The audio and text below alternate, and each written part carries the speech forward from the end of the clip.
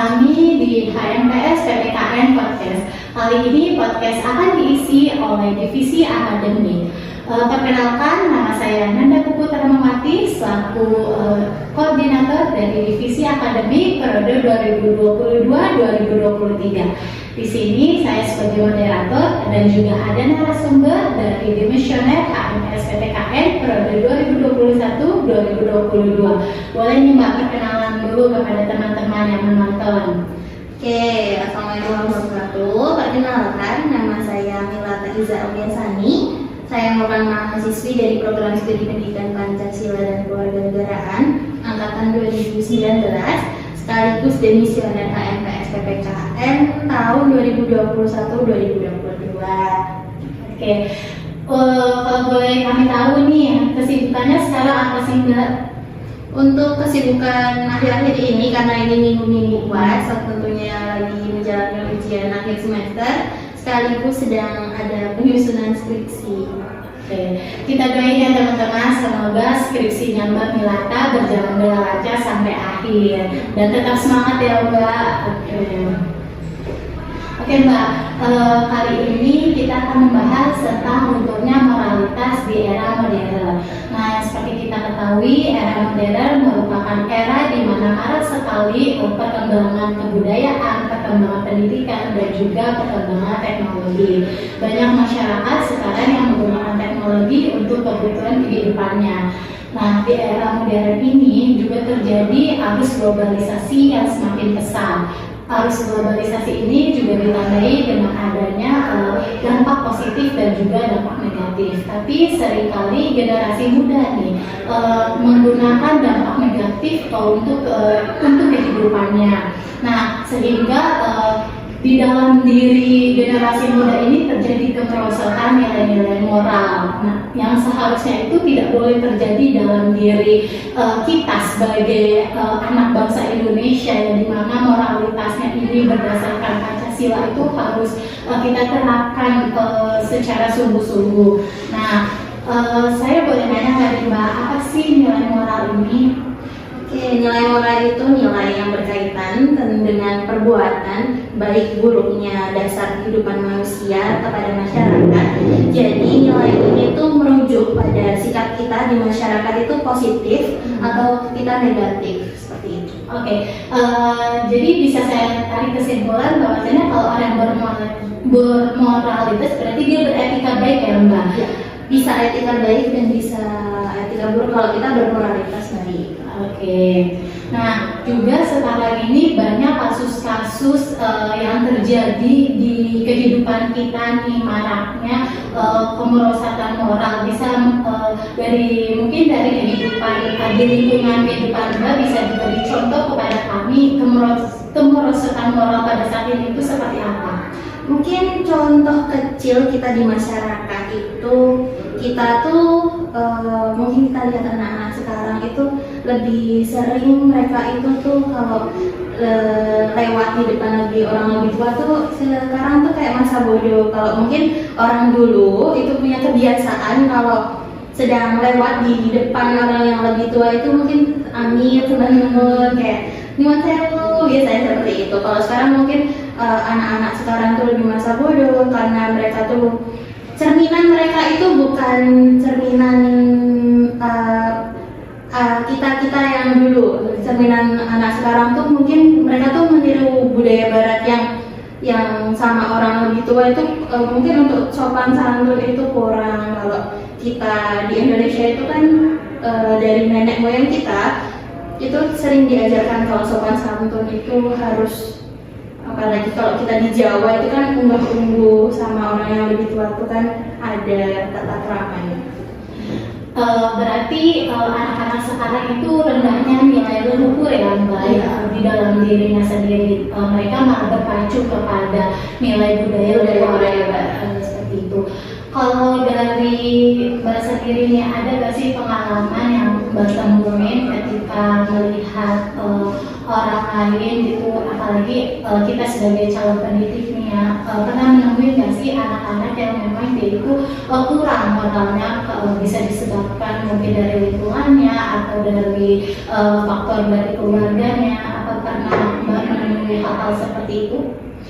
Mungkin ada beberapa kala saya menemukan itu, apalagi kemarin saya kan melakukan PLP di sekolah.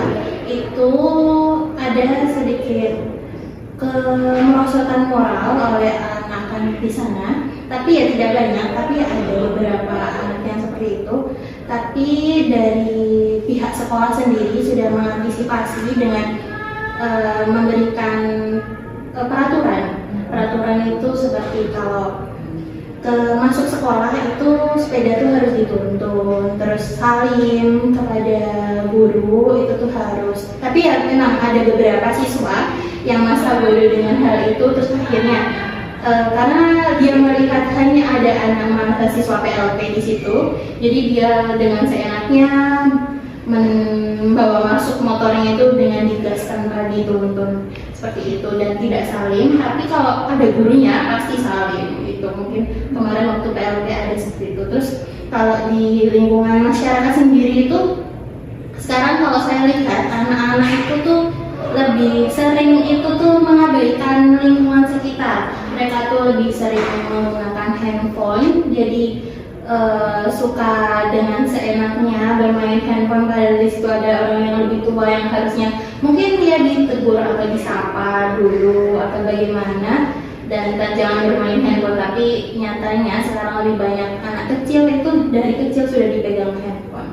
Oke, yang dari contoh Mel pas ketika PLP, ada rasa geram tidak kepada siswanya gitu, tidak sopan kepada mahasiswa yang sedang PLP di sana?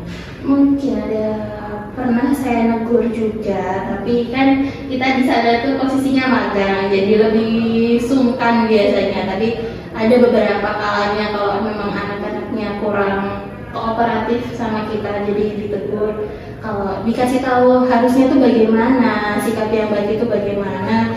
Kalau sama orang yang lebih tua atau yang harusnya dihormati itu bersikap seperti bagaimana.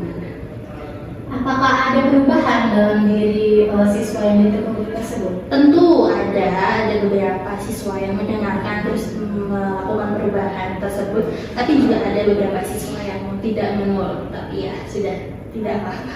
Oke.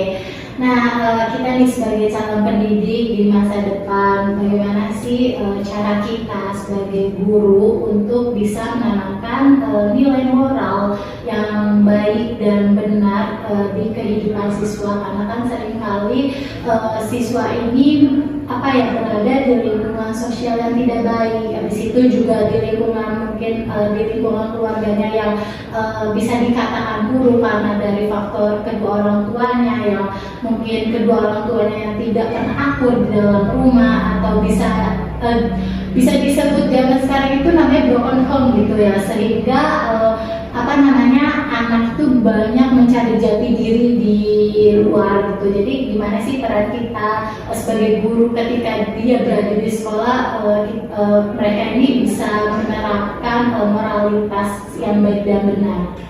Oke, mungkin kita bisa diawali dengan memberikan contoh terlebih dahulu kepada peserta didik. Ya, mana pertama mungkin kita datang ke sekolah tepat waktu, terus kita mengajar juga tepat waktu dan sesuai dengan jam pelajarannya, dan kita memberikan nasihat-nasihat mungkin kepada siswa, sekaligus memberikan arahan apa sih yang benar, mana sih yang salah, apa sih yang harus dilakukan, apa sih yang tidak boleh dilakukan. Terus mungkin siswa juga kan punya pemikirannya, jadi kita tuh bisa menyelaraskan pemikiran kita dengan pemikiran siswa, lalu kita buat siswa itu tuh lebih dekat dengan kita, lalu kita beri paham. Itu untuk siswa-siswa yang sulit untuk mengerti, untuk berdekatan, itu mungkin kita lakukan pendekatan terlebih dahulu. Bagaimana sih kita kalau udah dekat, habis itu kita baru memberikan arahan, kalau ini tuh salah, kalau ini tuh benar, kamu tuh kayak gini, kalau gini tuh sikap sama orang yang kayak gini, kalau kamu di masyarakat kamu harus kayak gini, kalau kamu di sekolah harus kayak gini, kalau kamu di rumah harus seperti ini, seperti itu. Oke. Jadi itulah tanggung jawab kita sebagai calon pendidik, terutama kita ini kan berkecimpung di dunia PPKN itu ada menjadi tanggung jawab kita ya Mbak. Itu sulit gitu untuk menanamkan nilai moralitas di dalam diri setiap individu, karena kan setiap siswa ini memiliki karakter yang berbeda-beda. Nah, guru itu ya harus bisa menahan emosinya ya. Jika menemui siswa yang bandel yang tidak bisa diatur, tapi kita harus mendekatkan diri kepada siswa tersebut. Kita bisa menjaga emosinya, kita rangkul siswa tersebut, barulah dari situ pasti akan timbul perubahan secara berkala pada diri siswa tersebut. Nah, selain itu ada gak sih Mbak penanaman moralitas selain di sekolah itu di mana lagi? Mungkin penanaman moral yang pertama itu dilakukan di keluarga. Di lingkungan keluarga itu harus ditanamkan dari kecil. Apalagi peran ibu dan ayah itu sangat mendukung, apalagi peran ibu terutama ya. Kita kalau sebagai ibu itu harus mendidik anak kita sedari kecil, karena pendidikan pertama anak itu dari ibunya. Mungkin ibunya kalau sudah baik, anaknya akan baik. Seperti itu. Berarti ibu itu cerminan. Contoh cerminan buat anak. Nah, makanya nih teman-teman nih sebagai calon ibu harus bisa memberikan contoh kepada anak kita nanti, contoh yang baik gitu. Nah, terus menurut Mbak, seberapa penting sih nilai moral ini harus ditanamkan pada diri individu itu, terutama pada generasi muda, karena kan generasi muda ini sulit gitu untuk ditanamkan nilai moralitasnya, karena dia itu merasa paling berkuasa, dia tuh sering merendahkan generasi-generasi yang sudah tua gitu kan, karena mungkin dari tontonannya atau mungkin dari nilai budaya asing yang diserap oleh mereka. Jadi seberapa penting sih nilai moralitas ini? Untuk nilai moralitas ini sangat penting ya, karena nilai moralitas ini kan landasan kita sebagai manusia, bagaimana kita berkehidupan di masyarakat, terus bagaimana masyarakat itu menilai kita itu ya dari moral kita sendiri. Kalau kita bermoral baik, pasti nilai masyarakat menilai kita tuh baik. Tapi kalau kita bermoral buruk, ya pasti pandangan masyarakat terhadap kita tuh buruk. Jadi seperti itu. Oke. Mungkin podcast kali ini cukup bisa saya tarik kesimpulan, yaitu bahwasanya nilai moralitas ini sangat penting untuk ditanamkan pada diri setiap individu, terutama pada generasi muda di saat era globalisasi yang semakin pesat gitu. Kita tidak boleh melupakan nilai-nilai luhur yang sudah diajarkan oleh orang tua kita pada kehidupan kita.